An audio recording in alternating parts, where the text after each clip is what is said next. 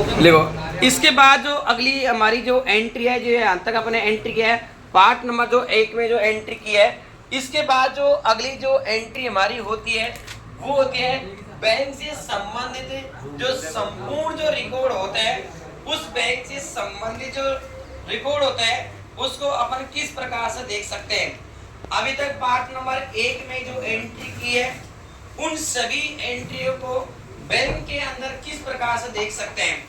तो देखो यहाँ पर सबसे पहले हुई गेट ऑफ टैली और बैंकिंग में जाकर जितनी भी हमने जो एंट्री जो की है, जितनी भी हमने जो चेक वगैरह जो दी है वो सारा हमारे यहाँ पर दिखाई देता है। अब देखो यहाँ पर अपन गए यहाँ से और डे बुक में गए और जो 4 एंट्री हमने जो की है, सबसे पहले की है कॉन्ट्रैक्ट की, फिर पेमेंट की, फिर पेमेंट की, फिर रिसीट की। ऐसे करके टोटल कितनी एंट्री की आपने? 4। इन चारों एंट्रियों का यदि आप रिकॉर्ड देखना चाहते हैं तो रिकॉर्ड देखने के लिए किसका उपयोग करें? बैंकिंग। एंट्री किया और यहाँ से सबसे पहले चेक प्रिंटिंग, यानी कि जितने भी अपने जो चेक तैयार किए थे, एक तो 45 नंबर और एक 46 नंबर, ये चेक आपको यहाँ पर दिखाई देते हैं। इसके बाद इसको हटाते हैं और आता हमारा चेक है रजिस्टर। चेक रजिस्टर का मतलब होता है कि संपूर्ण जो रजिस्टर होता है हमारा, जितने भी आपने चेक से संबंधित जो आदान प्रदान किया था वो हमारे यहाँ पर दिखाई देता है।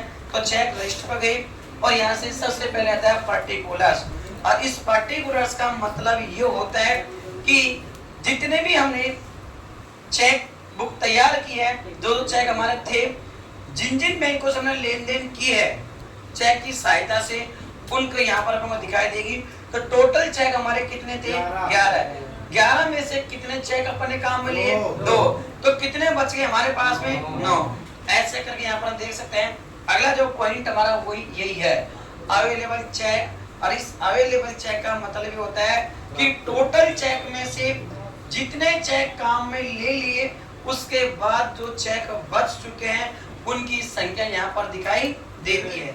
उसके बाद यहाँ पर होता है अनरिकॉन्सिल्ड, और अनरिकॉन्सिल्ड मतलब होता है जिन चेकों को आपने काट कर दिया है परंतु बैंक की सहायता से उनका कोई समाधान नहीं हुआ है, तो उनका समाधान नहीं हुआ है तो उनकी रिपोर्ट यहाँ पर दिखाई देती है। तो अनरिकॉन्सिल्ड का मतलब होता है असमाधान, जिनका अभी तक कोई समाधान नहीं हुआ है। तो समाधान कैसे करेगा? बैंक के अंदर चेक जाएगा, चेक को स्कैन करेगा, तब इसका समाधान होता है। अब इसका समाधान करने के लिए हमारे पास में 2 ऑप्शन होते हैं।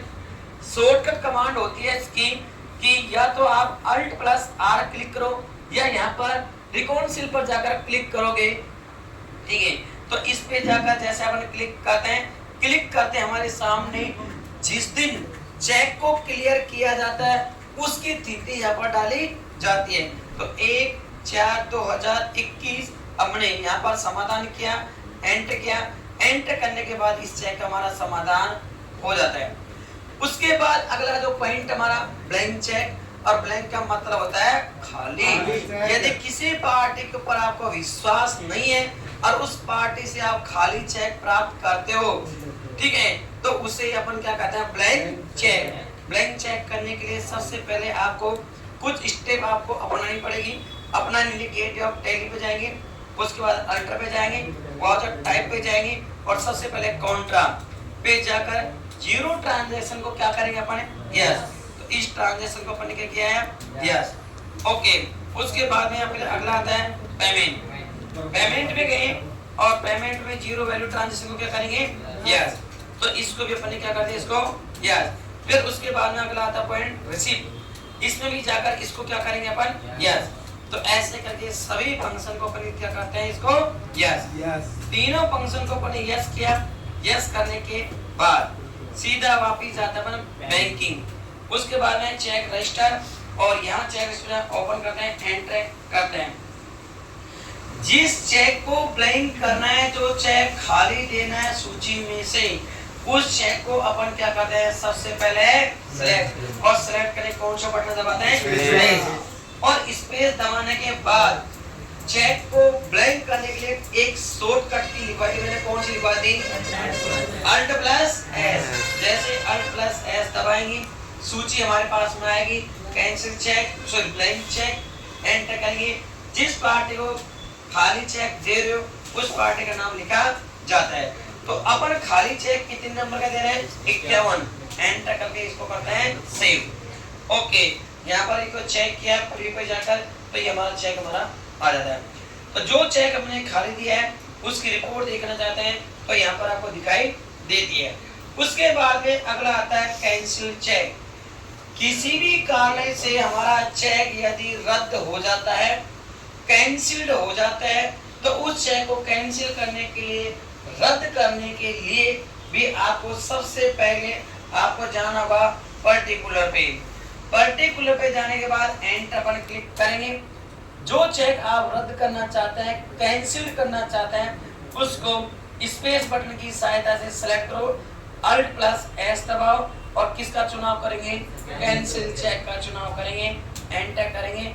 यहाँ पर आपको रीजन लिखना पड़ेगा, क्या रीजन है, क्या कारण है जिसके कारण तुम इस चेक को रद्द कर रहे हो सकता है डज नॉट सिग्नेचर मैच, यानी कि सिग्नेचर आपके मैच नहीं खा रहे हैं, तो ठीक है, तो सिग्नेचर